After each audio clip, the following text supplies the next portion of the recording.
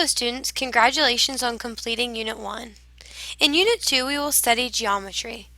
In this, our first lesson, we will study the coordinate plane. Our essential questions for today are, what are the major parts of a coordinate plane, and how do I locate points on a coordinate plane? So before we start, I would like to review with you the parts of a coordinate plane. Here on the screen, you see a coordinate plane. You can see that it has a vertical line running down the center and a horizontal line running across this center. These two lines are the x-axis. The x-axis runs horizontal, and the vertical axis is called the y-axis.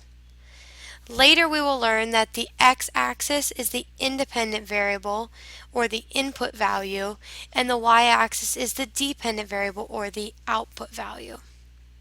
Here in the center, where the two axes meet, this is called the origin. The word origin literally means starting location, and this will be the starting location for plotting points on this coordinate plane later.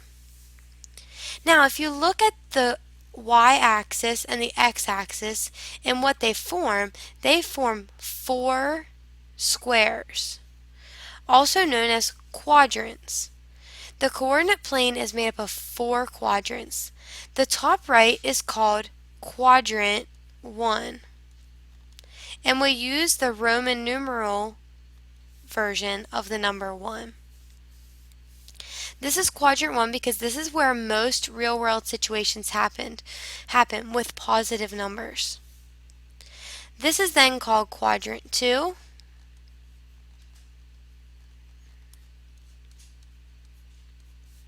quadrant 3,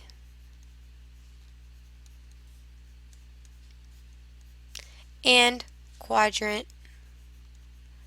4. These are the 7 parts of a coordinate plane that I would like you to know: the x-axis, the y-axis, the origin, and the 4 quadrants. Now let's talk about locating points on a coordinate plane. The first thing that you need to know is that all points on a coordinate plane are written in the form x, y, meaning the value on the x-axis first and then the value on the y-axis second. The x value is also called the input value, or the independent variable. The y value is also called the output value, or the dependent variable. This first number, the x value, tells the distance left or right from the origin, and the second number, y, tells the distance up or down from the origin.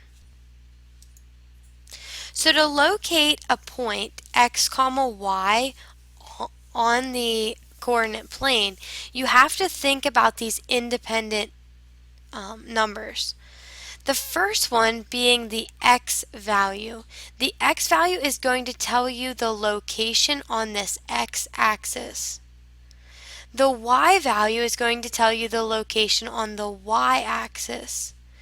Notice, the x-axis has positive numbers to the right of the origin and negative numbers to the left of the origin.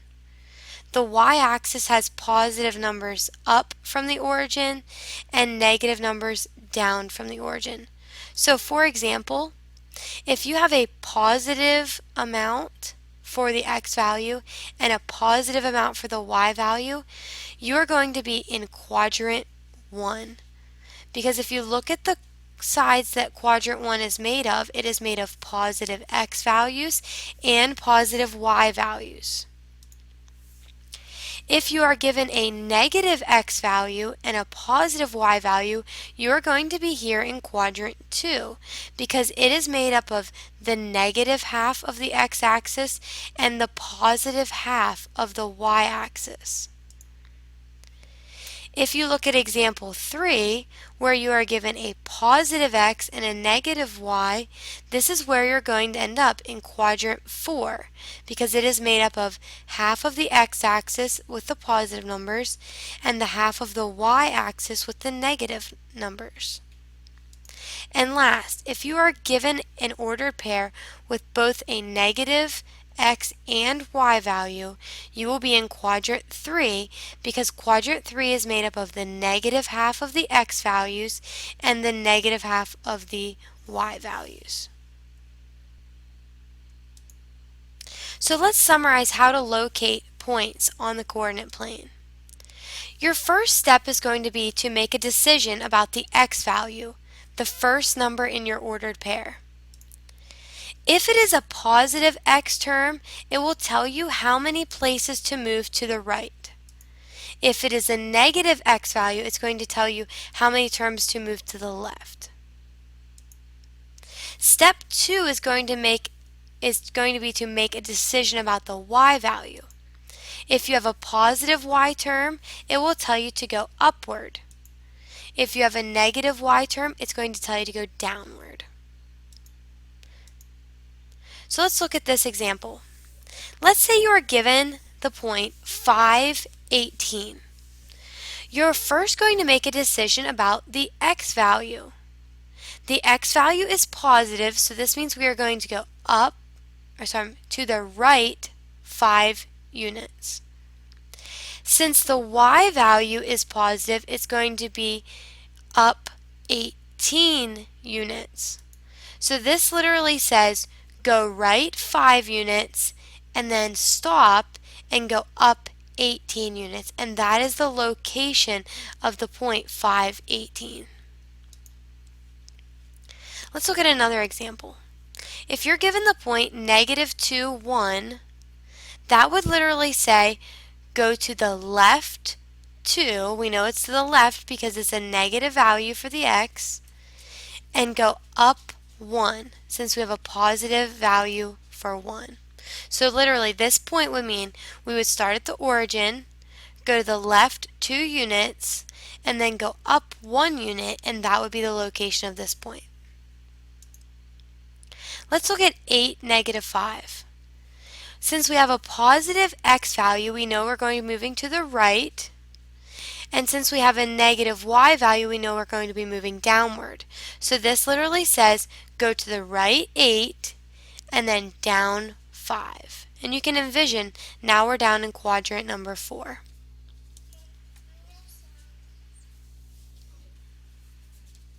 Let's look at another example.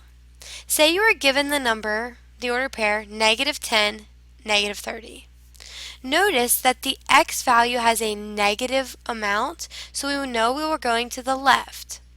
Since the y value also has a negative amount, we know we're going downward.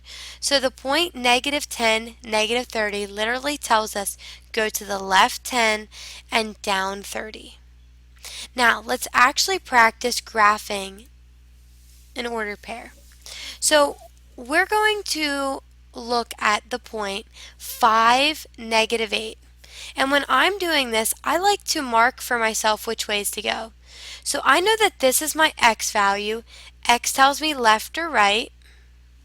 Since it's a positive amount, I know I'll be moving to the right 5. Now, I know this is my y value. My y value tells me to go up or down. Since it's a negative value, I will have to go down 8 units. Now, my ordered pair starts at the origin. I will move to the right 5, 1, 2, 3, 4, 5, and down 8, 1, 2, 3, 4, 5, 6, 7, 8. So this is my ordered pair 5, -8. Let's try another example. Let's look at the point 0, 4. I know that 0 is my x term, and I know that x tells me to move left or right. Well, this means I'm going to move left or right 0, so I'm not going to move any to the left or right. I know that the 4 is my y value. It tells me how far up or down to go.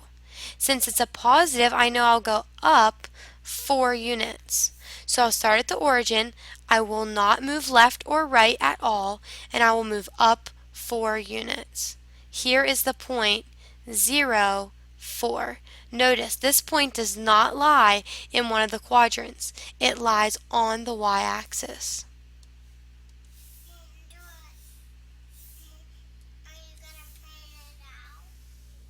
I'll print it out for the kids, yep. All right, let's try another example.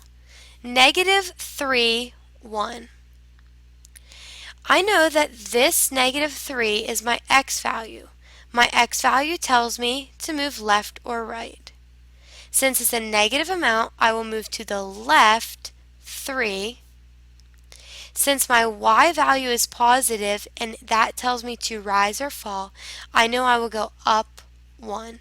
So this point literally means go to the left 3, 1, 2, 3, and up 1. This is the point negative 3, 1.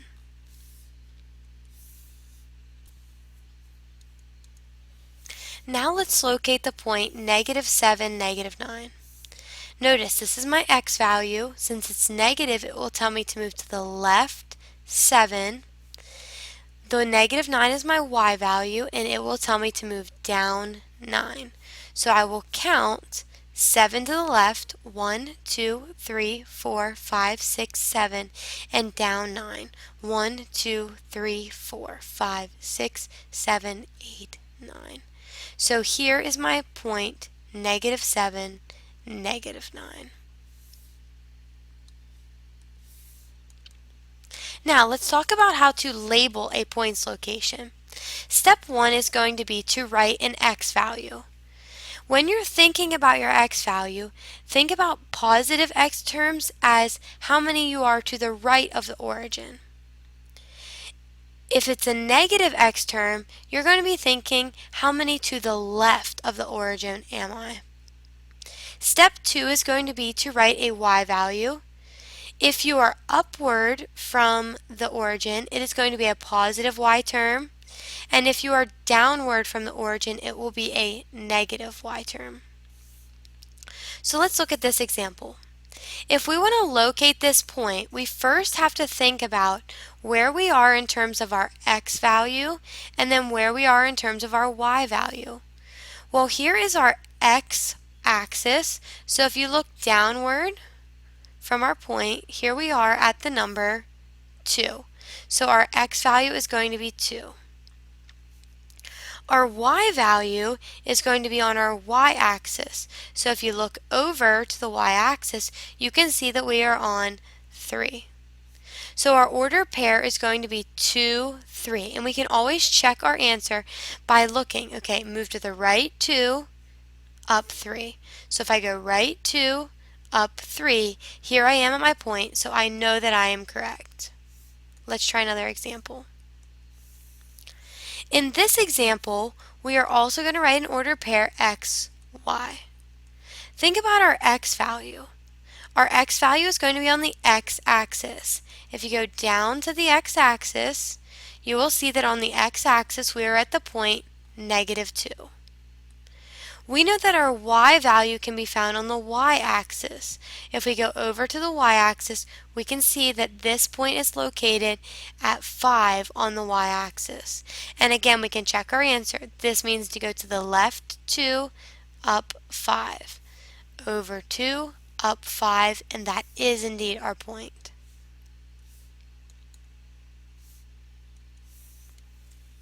Let's look at this example.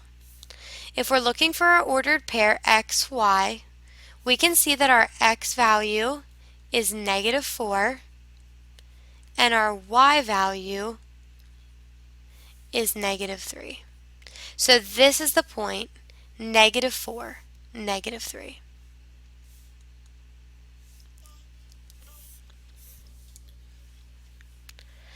Alright, let's look at this last example, x, y. We know that our x value is 4 because it is located at 4 on the x-axis, and our y value is -5 because we are at -5 on the y-axis.